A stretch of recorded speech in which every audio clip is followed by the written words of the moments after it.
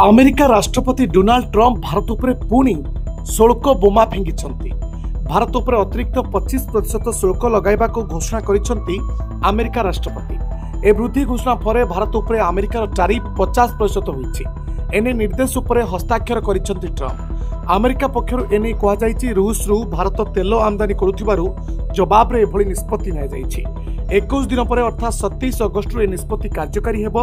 तेबे जेउ वस्तु ए तारीख पूर्व जाइथिबो उ 17 सेप्टेम्बर 2025 पूर्व अमेरिका रे पहुंचथिबो ता उपरे ए अतिरिक्त शुल्क लागू हेबो नाही। ट्रंप प्रशासन पक्षरु चेतावनी दिया जायछि जे जदि कोनोसी देश रूस ठारू तेल आमदानी करे तेबे एभली शुल्क लगाजिबो। निर्देश रे आहुरी कहा जायछि जदि अन्य कोनोसी प्रभावित देश प्रतिशोधमूलक कार्यानुष्ठान नियंती ताले राष्ट्रपति ए आदेश रे परिवर्तन करि पारती। सेबली रूस ठारू जेउ माने तेल नेउछंती सेमानक ऊपर भी कार्यानुष्ठान हेबो बोली ट्रंप चेतावनी दैछंती। तबे ट्रंप शुल्क प्रभाव देशर जीडीपी ऊपर पड़ी पारे।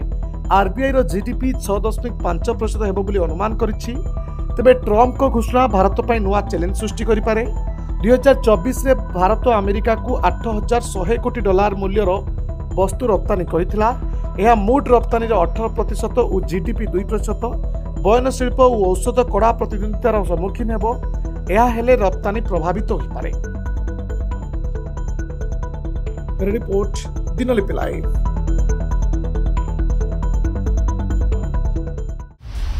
दिनलिपि लाइव को एबे ही लाइक शेयर सब्सक्राइब करंतु।